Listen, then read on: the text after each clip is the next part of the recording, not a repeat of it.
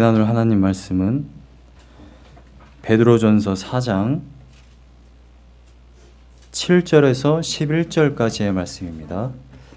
베드로전서 4장 7절에서 11절까지 신약성경 381면 베드로전서 4장 7절에서 11절까지 제가 읽겠습니다.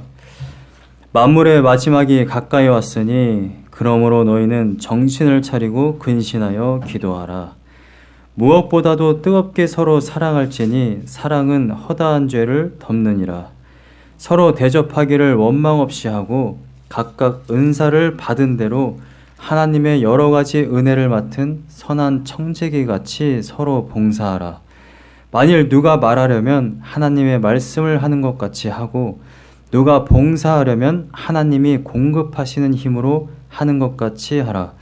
이는 범사에 예수 그리스도로 말미암아 하나님이 영광을 받으시게 하려 함이니 그에게 영광과 권능이 세세에 무궁하도록 있느니라. 아멘.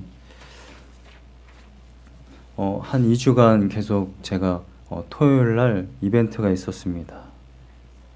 지난주에는 결혼식이 있어가지고 오하이오에 갔다 왔는데 오는 길에 장대비가 신시내티쯤에서 장대비가 정말 어마어마하게 쏟아져가지고 한치 앞을 볼 수 없는 그러한 상태로 왔었습니다. 차들이 다 길가에 다 쓰더라고요. 저는 이제 앞에 있는 트럭 한 대 불빛만 보고 천천히 계속 그냥 진행을 했는데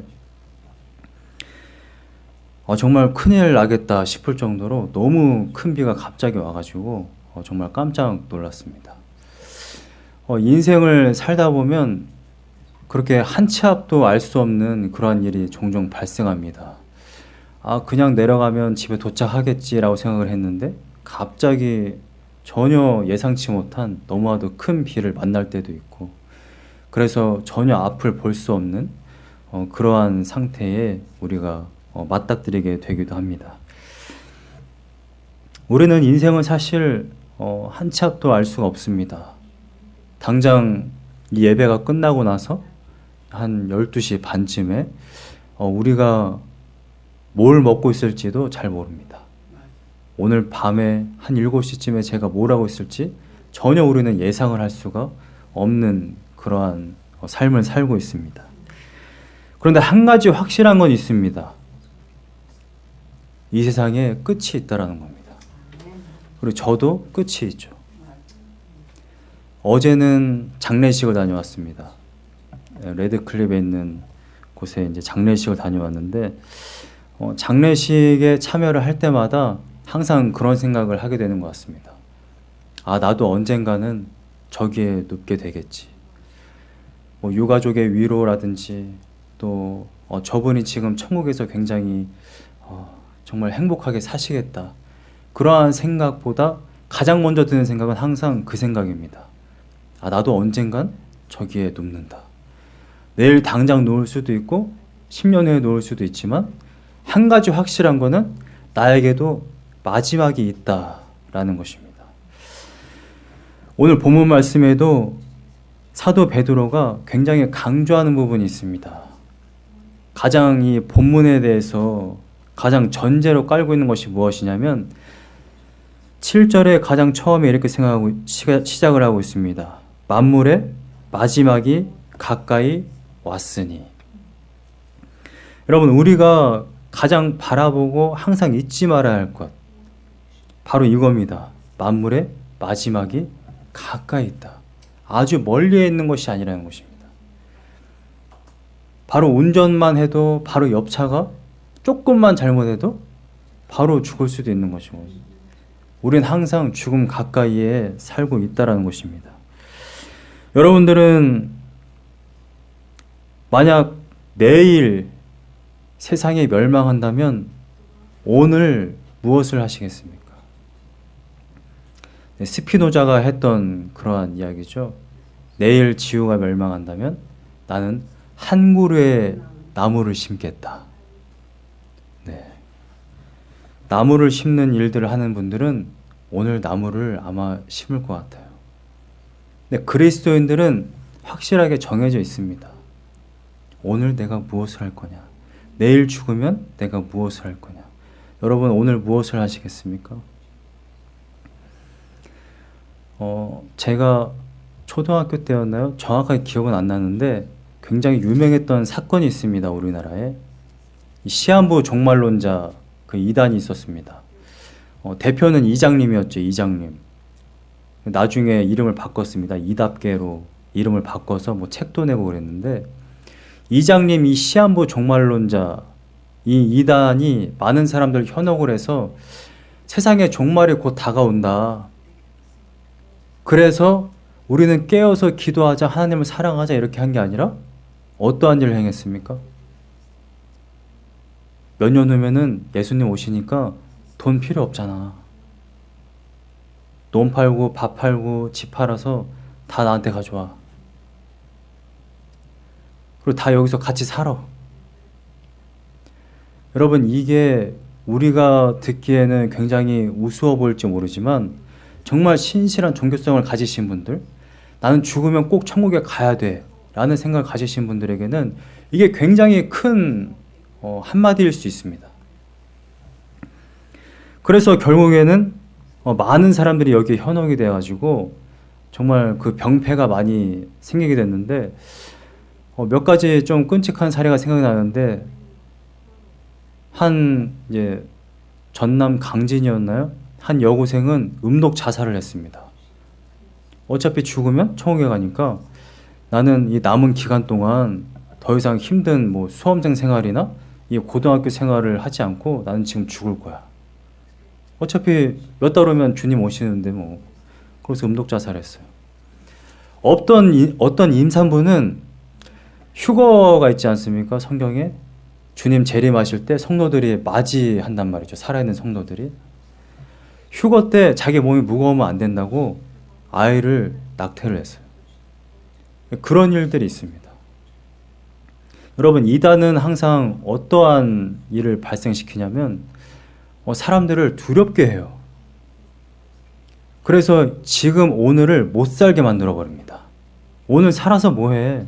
어차피 주님 재림하시는데 그냥 내가 할 수 있는 거 다 팔아서 하나님께 최대한 잘 보여서 나는 천국에 갈 거야. 이러한 의도로 사람들을 현혹을 합니다. 그런데 사도 베드로는 성경은 그렇게 말하지 않아요. 여러분 오늘날에도 이상한 이야기들 많이 하십니다.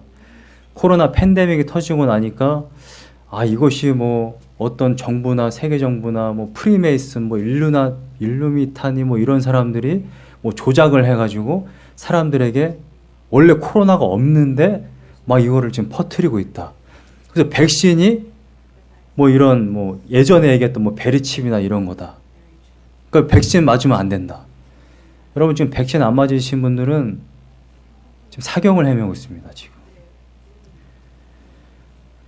이렇게 조금만 건수가 발생을 하면은 사람들 자꾸만 협박을 해요. 우리나라에 굉장히 대표적인 단체가 있죠. 인터콥. 우리 개신교에서는 이단으로 정죄했습니다. 인터콥 단체 성함은 최바울인데 그 사람이 말한 거는 예수님이 예루살렘 성 그 앞에 감람산으로 재림을 하시니까 우리는 글로 가야 된다. 계속 사람들을 백투 예루살렘 그 운동을 계속해서 전개시키고 있어요.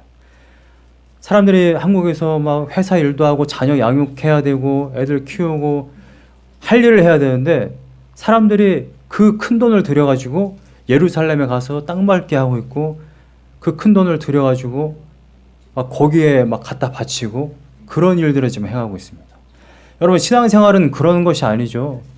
지금 있는 자리에서 하나님을 사랑하는 겁니다. 예수님이 재림하실 때 어떻다고 그랬어요? 모든 사람들이 볼 수 있다라고 이야기했습니다. 우리가 마지막 때가 어떠할지에 대해서는 마태복음 24장에 너무나도 잘 쓰여져 있습니다. 마태복음 24장 말씀을 한번 함께 보실까요?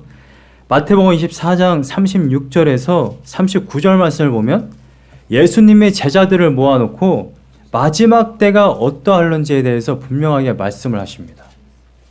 36절 말씀을 보면 예수님이 이렇게 말씀을 하세요. 그러나 그날과 그때는 아무도 모르나니 하늘의 천사들도 아들도 모르고, 여기서 아들은 예수님을 말씀하시는 겁니다. 성부 하나님만 알지 예수님 그분도 모른다. 아들도 모르고 오직 아버지만 아시느니라. 여러분, 아버지만 아시는데 어떻게 최바울은 그걸 알까요? 예수님 재림할 장소를. 어떻게 시한부 종말론자들은 정확하게 그 날짜를 지정을 할까요? 다 거짓의 영의 그러한 계략인 것입니다. 중요한 건 이겁니다. 37절에서 39절 말씀을 보니까 노아의 때와 같이 인자의 임함도 그러하리라. 노아의 때와 같이라는 말은, 노아는 하나님으로부터 계시를 받아서 계속 준비했어요. 홍수가 일어날 날을.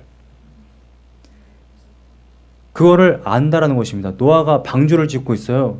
방주를 짓고 있는 그 모습을 본 사람들은 아, 곧 홍수가 나겠구나 라는 메시지를 들었어요? 못 들었어요? 들었습니다. 들었지만 그것을 무시했다라는 거예요. 인자의 임함도 그러하리라. 홍수 전에 노아가 방주에 들어가던 날까지 사람들이 먹고 마시고 장가들고 시집가고 있으면서 홍수가 나서 그들을 다 멸하기까지 깨닫지 못하였으니 인자의 임함도 이와 같으리라. 어떤 특정한 날짜와 시간, 장소가 중요한 게 아니라 메시지가 중요합니다. 아, 하나님이 반드시 오시는 게 중요하다는 겁니다. 오시는 게. 우리에게 마지막이 반드시 있다라는 겁니다. 이게 중요한 겁니다. 아무도 거부할 수가 없습니다. 우리는 반드시 죽습니다. 우리에게 반드시 마지막이 있어요. 그래서 그 마지막이 있다라는 메시지를 들으면 우리가 어떻게 살아야 되느냐. 42절에서 44절 말씀을 이어서 보시면 예수님 이렇게 말씀하십니다. 그러므로 깨어있으라. 어느 날에 너희 주가 임할는지 너희가 알지 못함이니라. 너희도 아는 바니 만일 집주인이 도둑이 어느 시각에 올 줄을 알았더라면 깨어있어 그 집을 뚫지 못하게 하였으리라. 이러므로 너희도 준비하고 있으라. 생각하지 않은 때에 인자가 오리라. 여러분, 이게 굉장히 중요한 말씀인 겁니다. 우리에게는 항상 마지막 때를 생각하며 깨어 있어야 하는 것입니다. 그런데 누가복음 18장 8절 말씀을 보니까 예수님이 그렇게 말씀하세요. 내가 이걸 다 말했는데 문제는 이거야. 내가 올 때에 근데 믿음을 보겠느냐? 마지막 때가 있다는 걸 분명히 이야기했어요. 예수님이 분명하게 말씀하셨습니다. 노아 때에 홍수가 있다는 것을 분명하게 말씀하셨어요. 그런데 믿음이 있느냐? 홍수가 반드시 임한다라는 믿음이 있느냐? 노아 8식구 외에는 전부 다 죽었거든요. 오늘 본문 말씀을 보면 우리가 어떻게 깨어 있어야 하는지에 대해서 분명하게 말씀을 하고 있습니다. 내가 그래 마지막이 있다는 걸 알겠어. 내가 어떻게 예수님이 오실 날을 준비해야 되지? 내가 어떻게 깨어 있어야 되지? 여러분, 그 궁금증이 오늘 본문 말씀에 있습니다. 여러분, 우리는 마지막 날이 있다고 해서 시한부 종말론자들처럼 모여 있어야 되고 모든 것을 다 팔아야 되고 막 백투 예루살렘 가서 땅 밟기 해야 되고 그런 게 아닙니다. 우리는 어제와 똑같이 오늘을 삽니다. 그런데 중요한 게 있어요. 오늘 본문에 보면 두 가지가 나옵니다. 첫 번째는 기도하라. 7절 말씀에 기도하라. 두 번째는 8절 말씀에 뜨겁게 서로 사랑하라. 여러분, 우리는 첫 번째로 무엇보다 깨어서 기도해야 됩니다. 여러분, 우리가 마지막 때라는 것을 알면 우리는 깨어서 기도해야 돼요. 기도하라 라고 말할 때에 사도 베드로는 이러한 표현을 씁니다. 너희는 정신을 차리고 근신하여 기도하라 라고 이야기합니다. 그냥 기도하라 라고 말하지 않아요. 정신을 차려야 되고 근신해라. 정신을 차리라 라는 말은 이 원어를 보니까 어떠한 환경도 내가 기도하는 걸 방해하지 못하게 해라 라는 이런 뜻입니다. 근신하라 라는 말은 술 취하지 말라 라는 표현을 쓸 때 쓰여져 있더라고요. 용례를 보니까. 그리고 또 하나는 이런 것입니다. 그러니까 정신을 맑게 해라. 술 취하지 마라. 정신을 맑게 해라. 그러니까 정신을 차리고 근신하여서 기도해라 라는 말은 무슨 말이냐면 사도 베드로는 이걸 알아요. 지금 소아시아 교회 편지를 쓸 때 너무나도 큰 고난들 있잖아요. 계속해서 밀려옵니다. 사람들이 나를 비방해요. 그것뿐만 아니라 지난 풍습들이 있어요. 내가 이방신을 섬겼던 풍습, 그러한 문화가 있습니다. 하나님께 기도했던 그러한 습관이 없어요. 이 사람들에게는. 포인트는 뭐냐? 기도하는 게 쉽지 않다라는 겁니다. 여러분, 제가 2006년도에 회심했다고 말씀드렸잖아요. 2006년도에 회심을 했을 때 회심을 하자마자 제가 저희 아버지처럼 기도했느냐, 뭐 윤소정 목사님처럼 하루 8시간씩 기도했느냐, 막 신앙생활 30년씩 한 뭐 권사님이나 장로님처럼 뭐 부목사님처럼 깨어서 막 2시간, 3시간씩 기도했느냐? 그렇지 않았습니다. 기도하는 거 정말 힘들었어요. 기도하는 뭐 이렇게 이제 표현하면 이걸 설명하기 굉장히 또 길어질 수 있는데, 기도하는 그런 뭐 기도하는 표현, 내가 기도를 어떻게 해야 하는 그런 모습들, 그 다음에 인격적인 하나님이라고 하는데 하나님께 도대체 내가 기도하는 게 뭔지, 그것도 너무 감잡기가 너무 힘들고요. 그냥 혼자 이야기하는 것 같고. 자, 거기에 대해서 설명할 오늘 시간은 없지만 중요한 건 이겁니다. 기도하는 것이 결코 쉽지 않기 때문에 우리가 마지막 때를 생각하며 정신을 차리고 근신하여서 기도해야 된다는 겁니다. 여러분, 오늘 본문 말씀을 누가 썼는지 아시죠? 사도 베드로가 썼습니다. 사도 베드로는 예수님이 몇 미터 밖에서 지금 겟세마네 동산에서 피땀 흘리며 기도할 때 잠을 자고 있던 자입니다.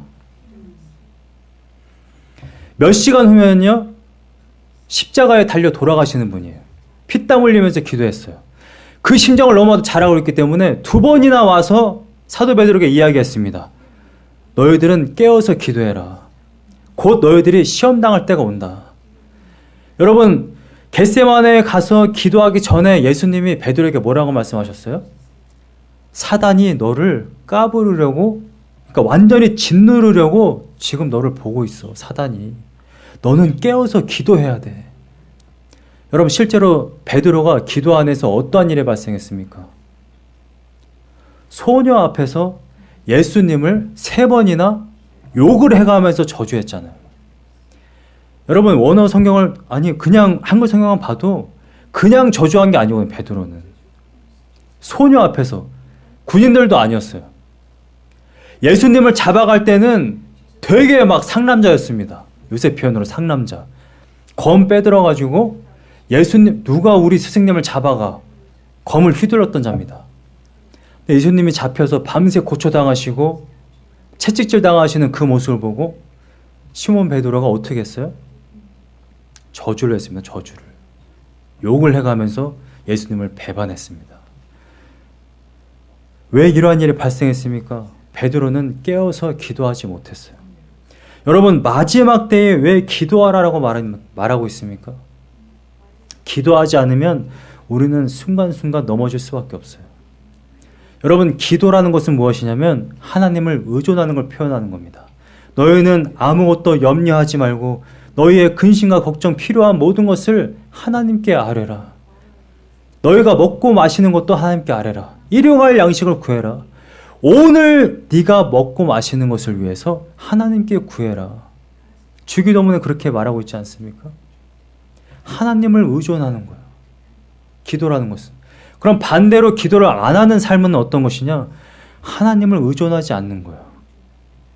내가 염려와 근심과 걱정과 먹을 것과 마실 것에 대한 이러한 문제들이 있을 때 기도하지 않는 것은 하나님을 의존하지 않는 겁니다.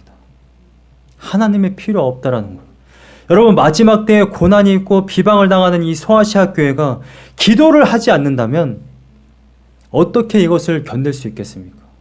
여러분, 사실 이 베드로전서는요, 한국과 미국이 아닌 다른 세계에서 만약 이 말씀을 전한다면 아마 정말 다른 세계에 있는 그리스도인들은 정말 이 설교를 할 때마다 환호성을 지를 거예요. 왜냐하면 미국과 한국 외에는 모두가 다 지금 핍박당하는 그러한 신앙생활을 하고 있거든요. 우리는 너무나도 풍요로운 곳에서 신앙생활을 하고 있기 때문에 고난이 뭔지 모릅니다. 예수를 믿는다고 해서 비방당하는 그러한 삶을 우리는 알지 못해요. 일제시대를 넘겼거든요. 우리는 유교시대를 넘겼기 때문에 우리는 이것을 이렇게 막 피부에 와닿게 생각을 하지 못합니다. 그렇지만 우리에게도 삶의 그러한 문제들이 계속해서 있음을 너무나도 잘 알고 있습니다. 여러분, 우리는 기도해야 됩니다. 지금은 마지막 때예요. 마지막 때. 마지막에 정말 마지막 때라는 것을 우리는 너무나도 잘 알고 있습니다. 뉴스를 볼 때마다 그걸 느끼지 않아요? 이번 주에는 또 뭐 테네시에서 19살 된 남자가 돌아다니면서 아예 이 생방송을 해가면서 사람을 죽였잖아요. 세계 기후는 또 어떻습니까? 계속해서 안 좋은 일들이 계속해서 발생하잖아요. 한국에도 계속해서 홍수가 나고. 여러분, 우리가 이 마지막 때에 전 세계를 위해서 기도해야 됩니다. 여러분, 한 주간 온 지구촌에 죽어가는 사람들을 위해서 기도하셨습니까? 한국에서 지금 홍수 때문에 죽은 사람들을 위해서 기도하셨습니까? 여러분, 이 나라를 위해서 기도하셨습니까?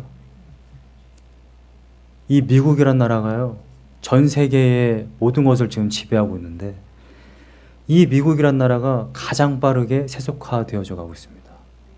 범죄의 최선봉에 서고 있어요. 그걸 법적으로 다 제정하고 있습니다. 여러분, 우리가 뭘 할 수 있을까요? 여러분들 전부 다 국회에 나가실 겁니까? 백악관 가서 데모하실 겁니까? 똥자루 집어 던지실 건가요? 여러분, 기도하셔야 됩니다. 여러분, 미국이 왜 이렇게 쇠퇴해져 가는지 아십니까? 그리스도인들의 기도를 안 해서 그래요. 포로시오 목사님이 계속해서 지금 외치고 있습니다. 왜 신학생들이, 목사들이, 왜 그리스도인들이 무릎에 흉터가 없지? 도대체 지금 그리스도인들이 뭘 하고 있는 거야? 계속해서 외치고 있습니다. 기도를 도무지 하지 않는 그리스도인들. 세계 유일하게 너무나도 평화롭게 교회에서 모여서 예배드리고 있는 이 사람들, 한국과 미국 사람들이, 이 그리스도인들이 기도를 안 해요. 기도를. 여러분은 여러분들 가족을 위해서 기도하고 계십니까? 여러분들의 자녀를 위해서 기도하고 계세요? 여러분들 배우자를 위해서 기도하고 계십니까? 얼마나 기도하고 있습니까? 여러분, 제가 기도에 대해서 잠깐 그 감에 대해서 말씀드릴게요. 여러분들이 아마 다 경험하셨을 거예요. 저도 초신자 때는 경험하지 못했는데 기도를 하다 보면 제 기도가 아닌 기도가 나올 때가 있습니다. 다들 경험하셨죠?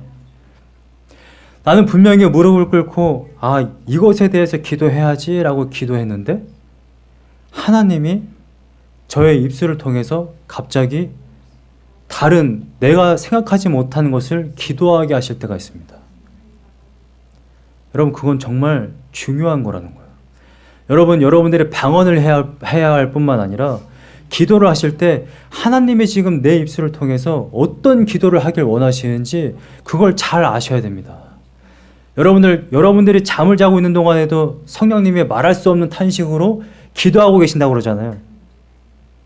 여러분, 하나님이 왜 그렇게까지 하십니까? 여러분들의 입술을 통해 하나님, 성부 하나님께 기도를 올려드려야 된다는 거예요.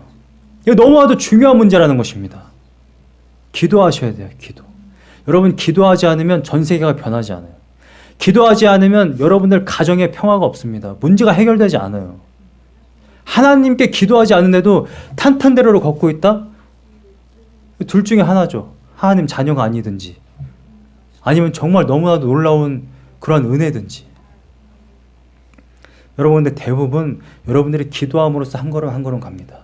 여러분, 교회를 위해서 기도하고 계십니까? 여러분, 교회를 위해서 기도하지 않으면 절대 부흥이 일어나지 않아요. 여러분, 교회를 위해서 기도하지 않으면 교회는 매일같이 싸울 수밖에 없습니다. 왜냐하면 죄인들이 모인 곳이기 때문에. 여러분들이 기도하지 않으면 나조차도 절대 헌신을 할 수가 없어요. 여러분들이 목회자를 위해서 기도하지 않잖아요? 목회자는 절대 여러분들을 위해서 헌신하지 않습니다. 왜냐하면 목회자에게 그러한 힘이 없어요. 하나님, 오직 성령 하나님의 힘으로 하는 거지 절대 자신의 힘으로 자기가 스스로 막 희생하고 헌신하고 그러한 일에 발생할 수 없다라는 것입니다. 오늘 본문 말씀을 이어서 보시면 8절 말씀에 이렇게 되어 있습니다. 무엇보다도 뜨겁게 서로 사랑할지니.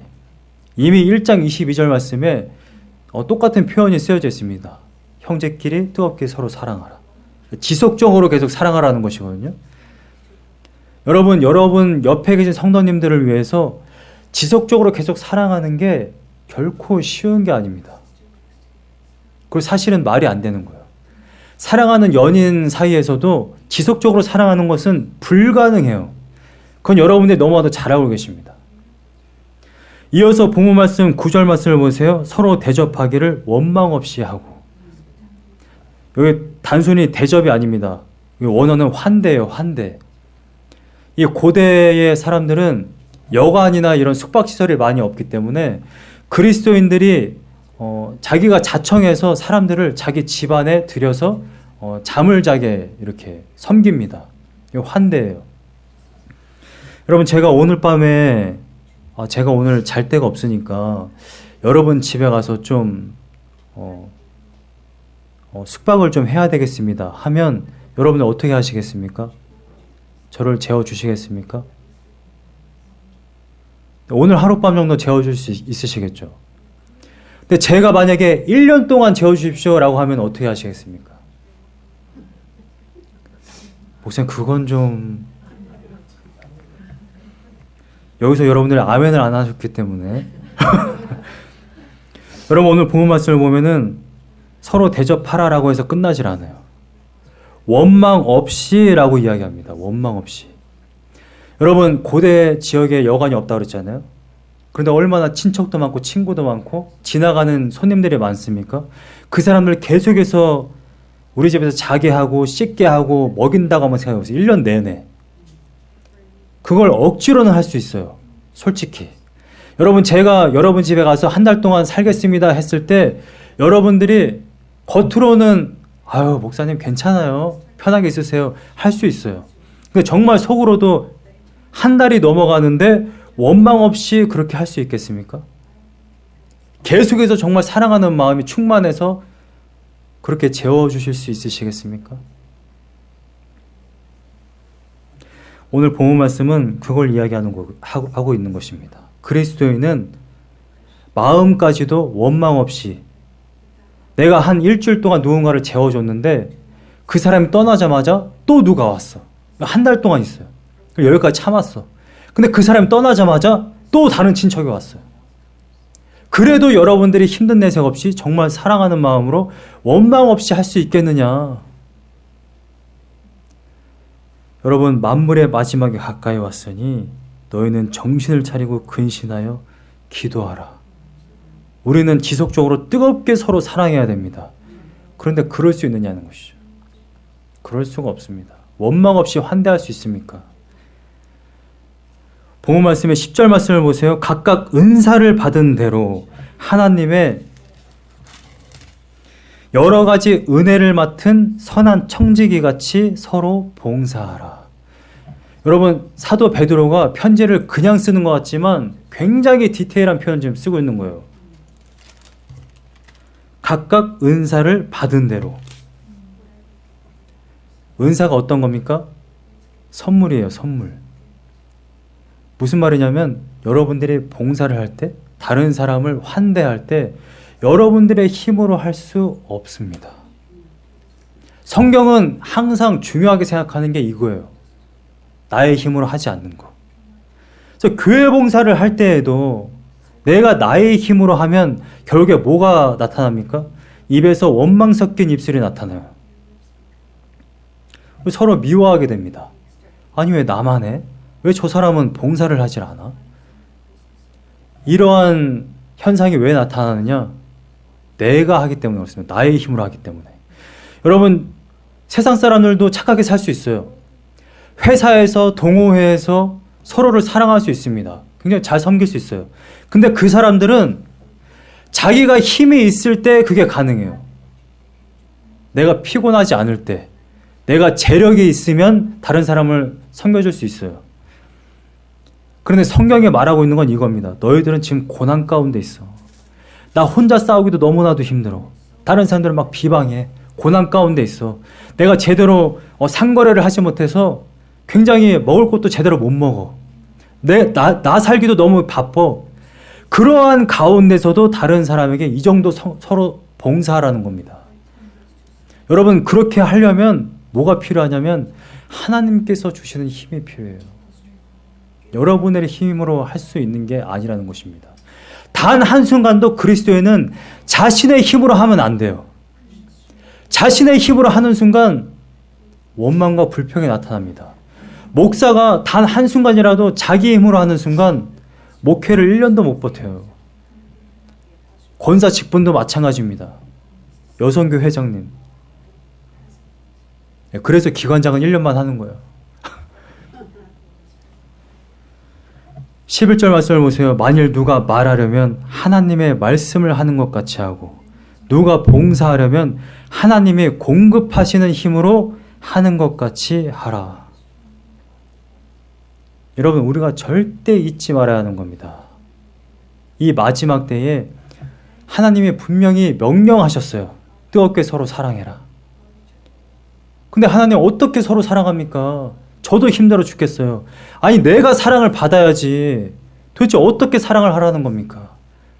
그래서 여러분들 기도하셔야 돼요. 하나님, 다른 사람을 사랑할 수 있는 힘을 공급해 주세요. 여러분, 은사에 대한 그런 종류에 대한 거는요, 성경 여기저기에 쓰여져 있습니다.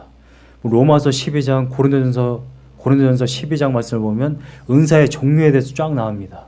가르치는 은사, 치유하는 은사, 예언하는 은사, 봉사하는 은사. 사도 베드로는 은사의 종류에 대해서 말하고 있지 않습니다.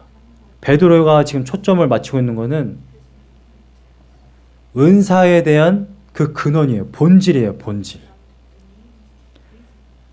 우리가 말할 때 어떻게 말을 하라고 그래요? 하나님의 말씀을 하는 것 같이 하고. 원어 그대로 표현한 겁니다. 이게 무슨 말이냐면 하나님께서 주신 힘으로 말을 해라라는 이야기가 아니고요. 나의 말 한마디가 하나님의 말씀이 지금 나의 입을 통해 나오는 것처럼 말해라 라는 이야기입니다. 여러분, 우리 그리스도인들이 말 한마디가 하나님의 말씀일 수 있다는 것입니다. 물론 오해하시면 안 돼요. 내가 곧 하나님이야. 내가 말하면 다 이루어져. 예전에 그런 신학들도 있었는데 그러한 뜻은 아닙니다. 여러분 안에 성령 하나님이 계시기 때문에 여러분들 말 한마디가 하나님의 말씀을 하는 것 같이 해야 된다는 것입니다. 여러분, 한 입에서 뭐와 뭐가 나올 수 없다고 그래요? 쓴물과 단물이 나올 수 없다. 찬송과 욕이 겸하여 나올 수 없다라고 말합니다. 여러분들은 그리스도인이에요. 여러분들 안에 성령 하나님 계십니다. 하나님의 말씀을 하는 것 같이 나와야 돼요. 그것이 여러분들이 받은 선물입니다. 은사예요, 은사. 그래서 사실 실제로 역사도 나타나는 겁니다. 여러분들의 말 한마디 때문에. 여러분들이 축복하면 다른 사람이 복을 받아요. 그렇다고 해서 저주는 하지 마시고. 그리고 봉사하려면 하나님의 공급하시는 힘으로 하라. 여러분, 이게 굉장히 중요한 겁니다. 여러분, 누가복음 22장 43절 말씀을 보면 예수님이 겟세마네 동산에서 기도하실 때에 어떠한 일이 발생했습니까? 천사가 하늘로부터 힘을 더하더라 라는 말씀이 있죠. 예수님이 정말 피땀 흘리면서 기도하셨어요. 그렇게 기도할 때에 하늘로부터 힘이 공급되어졌다는 것입니다. 여러분, 예수님도 기도하셨어요.